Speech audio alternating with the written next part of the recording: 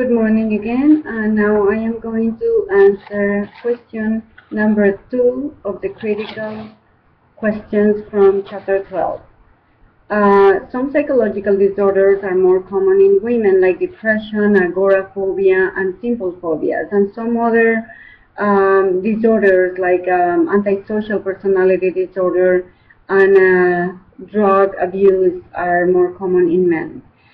Depression affects approximately 12 million women in the United States each year. Among the reasons, there are biological, hormonal, and psychological factors that may explain these high rates. Also, there is a very strong link between hormones and depression.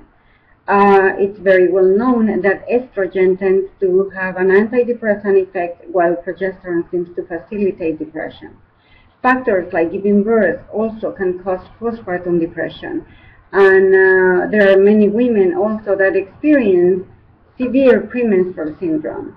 The hypothesis that hormonal reasons may explain why women are more likely to suffer from depression than men is also supported by the fact that gender differences in incidence of depression emerge around puberty.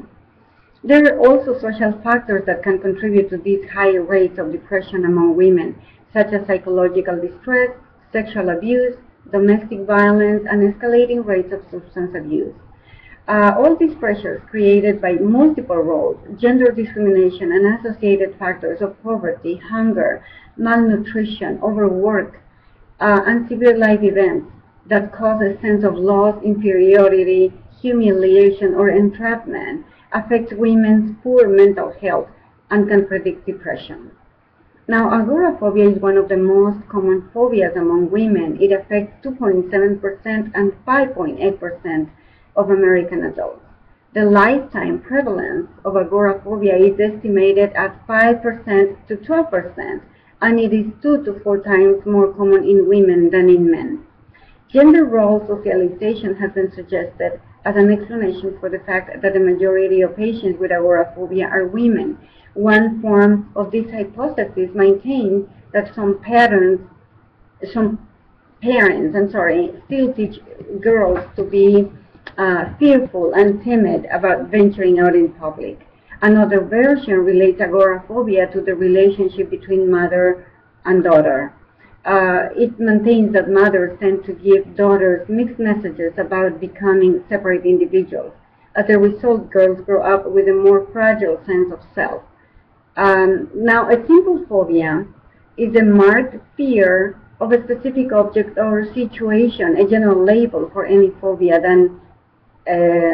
other than agoraphobia and social phobia. It is more prevalent in women.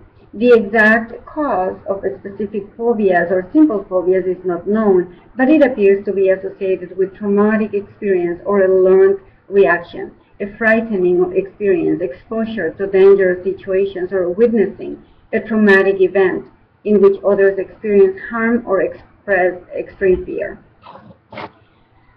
Substance abuse is another common disorder that's more prevalent among men.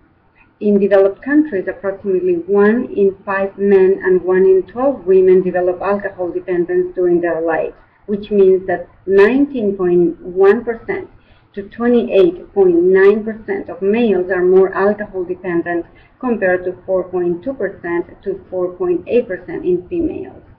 Now, antisocial personality disorder is a long-standing pattern of behavior that impairs functioning and causes distress. It is more prevalent in men, with a 3.9% to 4.9% affected by it, compared to 0.5% to 1.2% of females. The evidence of a lifetime risk for the disorder can be due to a combination of factors such as influence from the environment where the individual's family life or community is not supportive or does not provide reward for positive behavior. This can elicit the development of psychopathic behavior. Now, inherited or biological factors also play a role. There are certain physiological responses that may be specific to people with antisocial personality disorder. Antisocial individuals seem to get less anxious than the average person. They seem to have a harder time maintaining daytime arousal and also have a weak startle reflex. The frontal lobe, also the area of the brain that governs judgment and planning, also appears to be different in people with antisocial personality disorder. Some researchers have found changes in the volume of brain structures that mediate violent behavior. People with this kind of brain function might have more difficulty restraining their impulses, which may account for the tendency toward more aggressive behavior.